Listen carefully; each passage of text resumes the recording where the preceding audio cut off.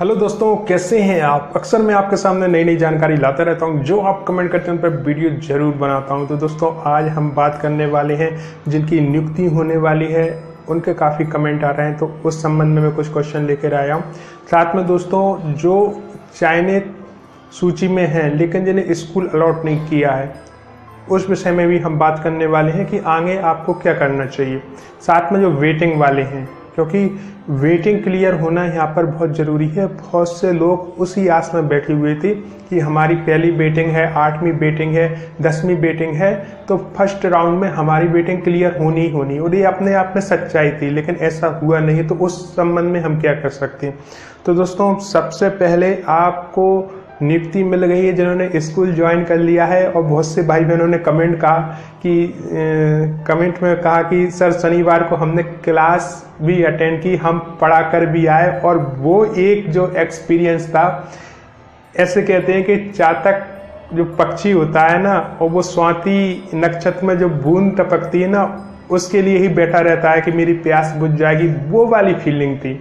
तो बहुत खुशी हुई, और अपने अनुभव शेयर करते रहें जिससे कि और लोगों को प्रेरणा मिले। दोस्तों तो सभी को बहुत बहुत बधाई हो। बहुत से लोग जो है घर पर भी मिलने आए और उन्होंने अपनी खुशी में मुझे शामिल किया, उसके लिए उन सभी को थैंक्स है। और कुछ लोगों को ये पता नहीं था कि अतुल कुमार शर्मा जो है वो दिव्यांग है, यानी कि हैंडीकैप है। हालांकि मैंने अपने अबाउट में लिख रखा है इस चैनल के में, और मैं अक्सर इस पर बात भी करता रहता हूँ, क्योंकि यही मेरी स्ट्रेंथ है। यदि आज कुछ भी हूँ वो इसी स्ट्रेंथ की वजह से हूँ कि मैं दिव्यांग हूँ, और उसको मैं अपनी सबसे बड़ी ताकत मानता हूँ। लेकिन बहुत से लोगों को पता नहीं था, तो उनको थोड़ा सा दुख हुआ, लेकिन कोई बात नहीं है। आपने जो मुझे खुशी दी है ना, उससे बढ़कर कोई खुशी हो नहीं सकती।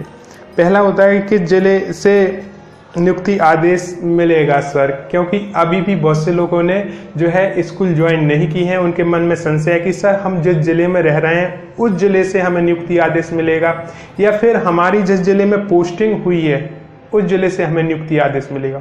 दोस्तों जिस जिले में आपकी पोस्टिंग हुई है उसी जिले के जिले कार्यालय में आप जाएंगे, और फिर क्या करेंगे, एक आवेदन लिख लेना। साधारण सा आवेदन होता है, घबराए नहीं। आवेदन के नाम से भी बहुत से लोग घबरा जाते हैं, घबराने की आवश्यकता नहीं है कि ये हमारी नियुक्ति लिस्ट जो है या नियुक्ति आदेश जो है वो जारी हुआ है, और नियुक्ति आदेश वही है जो पोर्टल पर डला हुआ है, चाहे एजुकेशन डिपार्टमेंट पर, चाहे MP ऑनलाइन पर, जिसमें आपका नाम है। ठीक है, तो पहली फोटोकॉपी और जहां पर नाम है उसकी फोटोकॉपी लगाकर एक आवेदन लिख लेना कि ऐसे ऐसे ये आदेश जारी हुआ है नियुक्ति के संबंध में। तो जो हमारे DO साहब हैं उन्हें ये आवेदन आप देंगे, तो फिर वो अपनी तरफ से एक आदेश देंगे, और वो केंद्र के लिए होगा जिस केंद्र में भी आपका स्कूल आता है, और वो आपको वो आदेश दे देंगे। ठीक है, उसके बाद आप वहाँ पर हाजिर हो जाना जिस केंद्र पर है।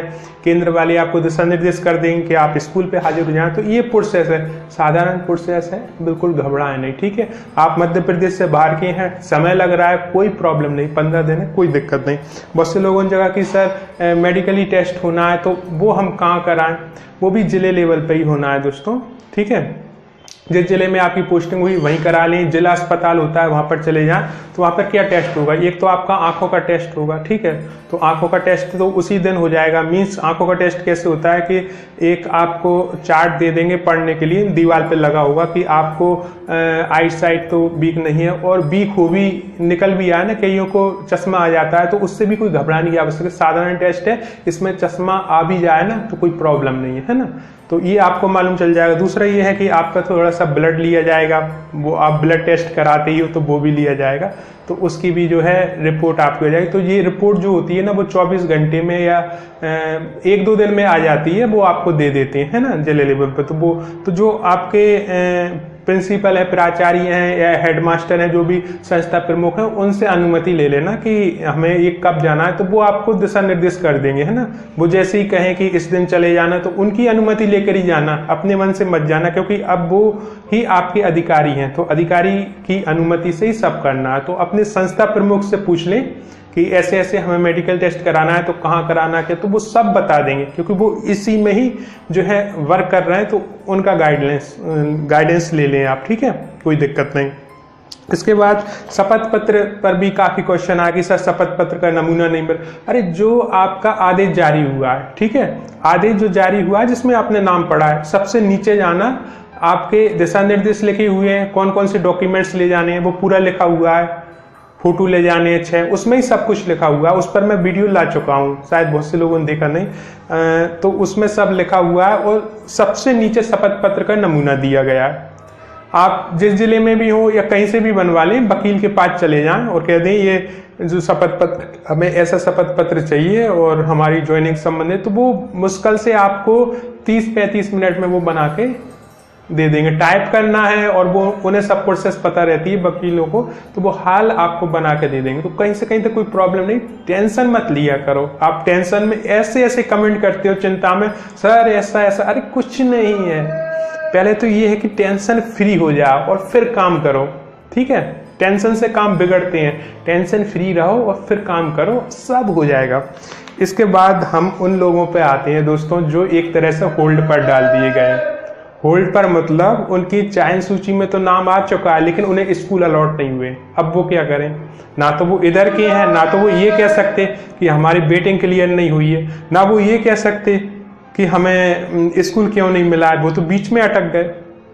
अब वो हंसें कि ना हंसें, ये बीच वाली बात हो गई ना। जब स्कूल अलॉट हो जाता, आपने फाइनल चयन सूची निकाली थी तो उस हिसाब से। अब यहाँ पर एक चीज और देखें दोस्तों कि निर्विवादित जो सीटें हैं वो काफी ज्यादा है, उससे कम पर जो है भर्ती हो रही है दोस्तों, ठीक है। मीन्स आप ये मान लो कि 17,000 वर्ग एक में पोस्टें थी, जिसमें ये कहा यह गया था कि 15,000 फर्स्ट राउंड में और 2,000 सेकेंड राउंड में, और प्लस जो भी बचेंगी उनकी भर्ती होगी, ठीक है, सेकेंड राउंड में। और डीपीआई की बात करें तो 5670 आपकी वर्ग 2 की थी, ठीक है दोस्तों। तो ऐसे कुल मिलाकर हम देखें टोटल तो 22,000 से ऊपर समथिंग भर्ती थी आपकी, 22,000 से ऊपर निकल जाती हैं ये सारी पोस्टें, चाहे वर्ग 1 और वर्ग 2 डीपीआई के मिलाकर। लेकिन उनमें से बहुत कम पदों पर भर्ती हो रही है दोस्तों। देखा जाए तो 12,000 समथिंग पद है। और यदि आप बात करें कि हम तो निर्विवादित पदों पर ही भर्ती कर रहे थे तो भी भर्ती ज़्यादा होनी थी, लेकिन किस हिसाब से उन्होंने इतने ही पद निकाले। उन्होंने कहा यही है कि जो 13% होल्ड है उसको छोड़कर हमने लिस्ट बना दी है, भर्ती कर दी है। लेकिन 13% होल्ड भी आप लेकर देखते ना तो ज़्यादा पदों पर भर्ती होनी थी। तो अब वो लोग तो अटक गए। तो आप एक काम कर सकते हैं कि अपना एक विरोध जरूर दर्ज कराएं कि जो हमारी नियुक्ति है वो इतने पर होनी चाहिए थी, लेकिन आपने कम सीटों पे, तो वो हमें पहले क्लियर कर दें। और बहुत से भाई बहनों का सूचना के अधिकार के तहत क्या हम इसकी डिमांड कर सकते हैं? बिल्कुल कर सकते हैं दोस्तों, कोई दिक्कत नहीं है। सूचना का अधिकार है, उसके तहत आप ये मांग कर सकते हैं कि आपने किस हिसाब से, यदि आप 13% होल्ड के हिसाब से भी कह रहे हो तब भी ज़्यादा पदों पर भर्ती होनी थी, ज़्यादा पदों पर नियुक्ति होनी थी, तो वो एक डाटा मिल जाए। और बहुत जल्दी आरटीआई बहुत से लोग लगाने वाले हैं तो डाटा निकल के सामने आएगा। और जहाँ तक मैं बात करूँ आपके वेटिंग वालों की, वेटिंग का प्रोसेस ये होता है कि जब आपकी प्रवर्तिक चयन सूची, प्रवर्तिक प्रतीक्षा सूची जारी होती है, उसके बाद डॉक्यूमेंट वेरिफिकेशन होता है, उसके बाद कुछ लोग जाते हैं रिजेक्ट में और कुछ लोग हो जाते हैं सिलेक्ट में। चाहे मैं बात करूँ आपकी वेटिंग लिस्ट की, क्योंकि वेटिंग लिस्ट यदि होल्ड पे है तो 2 चीज़ें कैटेगरी उसमें क्लियर होनी चाहिए वेटिंग वालों का कि आप सिलेक्शन में हैं कि रिजेक्ट में हैं। रिजेक्ट में हैं तो उसका कारण मेंशन होना चाहिए। ये आपके 2016-17 में छत्तीसगढ़ में नियुक्ति शिक्षकों की हुई थी, तो उसमें जो रिजेक्ट हुए थे उनके कारण लिखा हुआ था सामने कि रिजेक्ट किया था, वो मार्क किया गया था कि इस कारण से रिजेक्ट हुआ है। और उन्हें 7 दिन का या 15 दिन का टाइम भी दिया गया था कि यदि आपको लगता है कि आप गलत तरीके से रिजेक्ट हुए हैं तो अपील कर सकते हैं। ये तो यही प्रोसेस होता है शिक्षक भर्ती का। लेकिन यहाँ पे हुआ क्या, फाइनल चयन सूची तो जारी कर दी, लेकिन वेटिंग की जो फाइनल सूची होती है, वेटिंग की जो फाइनल सूची होती है वो कहाँ जारी की है? अभी तो नहीं की है ना, वही प्रवर्तिक वेटिंग ही चल रही ना, प्रवर्तिक प्रतीक्षा सूची ही चल रही है ना। फाइनल प्रतीक्षा सूची कहाँ जारी की है? वो की नहीं। तो आप 18 तारीख तक ईमेल के माध्यम से, चाहे वर्ग 1 हो और वर्ग 2 वालों को भी कहा गया है कि आप डाक विभाग के माध्यम से जिस संभाग में आप आते हैं उस संभाग संयुक्त को, जो संभाग आयुक्त होते हैं उनको जो है आप अवगत कराएं। यदि कोई प्रॉब्लम है तो इससे अवगत कराना है दोस्तों। इस पर मैं आपकी मुहिम लाने वाला हूं। हमारे जो भाई बहन होल्ड पर हैं उनके संबंध में आवाज़ उठानी है, और जो हमारे वेटिंग में हैं भाई बहन उनके संबंध में आवाज़ उठानी है, क्योंकि जिनका सिलेक्शन हो गया और जिन्होंने ज्वाइन कर लिया अब कोई खतरा उनके पे है नहीं। पहले ये होता कि कहीं उन्हें दिक्कत ना हो जाए कि उनकी ज्वाइनिंग होते होते बहुत सारे रोड़े अटक ही जाती हैं दोस्तों, लेकिन ये है कि उनकी ज्वाइनिंग हो गई है, नियुक्ति हो गई है, स्कूल मिल गए, वो आराम से अपने पढ़ा रहे हैं और मंडे से पढ़ाना शुरू करेंगे, तो उनका तो काम हो गया। और ये आप सभी की जागरूकता और एकता है। अब हुआ ये कि उपचुनाव थे दोस्तों, और वहाँ पर लगातार मामा जी नियुक्ति दे दो, नियुक्ति, बहुत से लोग पहुँचते थे हर जगह, तो वो एक प्रेशर बन रहा था।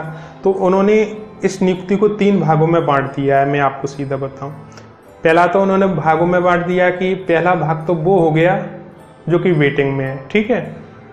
उन्हें कोई क्लियर गाइडेंस अभी है नहीं कि उन्हें क्या होगा क्या नहीं होगा। उन्होंने कहा कि जब सीटें खाली रह जाएंगी तो हम उससे उठाएंगे। अरे फाइनल प्रतीक्षा सूची तो जारी करो कि कितने लोग प्रतीक्षा सूची में से रिजेक्ट हुए हैं, कितने लोग प्रतीक्षा सूची में से सेलेक्ट हुए हैं, ठीक है। तो वो फाइनल सूची, और यदि प्रतीक्षा सूची में से कोई रिजेक्ट हुआ है तो उसका कारण भी तो मेंशन होना चाहिए ना।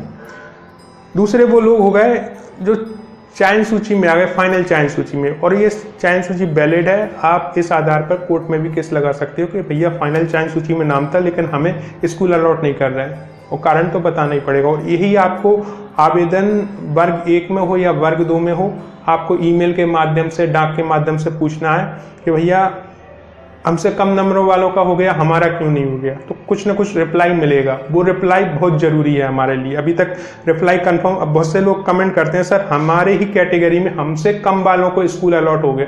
अरे तो उस पर लगाओ ना आपत्ति। अब मेरे पास तो एक ही ईमेल आईडी है और रोल नंबर कोई है नहीं, क्योंकि मैं आपके बीएड मीएड किया नहीं, इसमें हूँ नहीं, तो मेरा तो कुछ है नहीं। फिर भी मैं अपनी तरफ से लगा दूंगा कि अतुल कुमार शर्मा और ऐसे वो ठीक है, लेकिन आपके पास तो रोल नंबर है, वैलिड पूरे डॉक्यूमेंट्स है, तो आप आपत्ति क्यों नहीं लगा रहे। कमेंट करना या किसी से भी कहना उससे बेहतर है कि आपत्ति लगाओ, ये वर्क करेगा दोस्तों।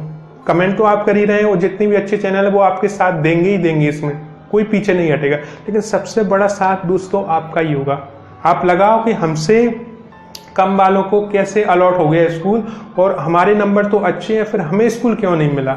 तो इससे लाभ मिलेगा। 18 तारीख तक हमें ये करना ही करना है दोस्तों। 18 तारीख तक आप ईमेल के माध्यम से, डाक के माध्यम से आपत्ति दर्ज कराओ, ये आपकी हक की मांग है।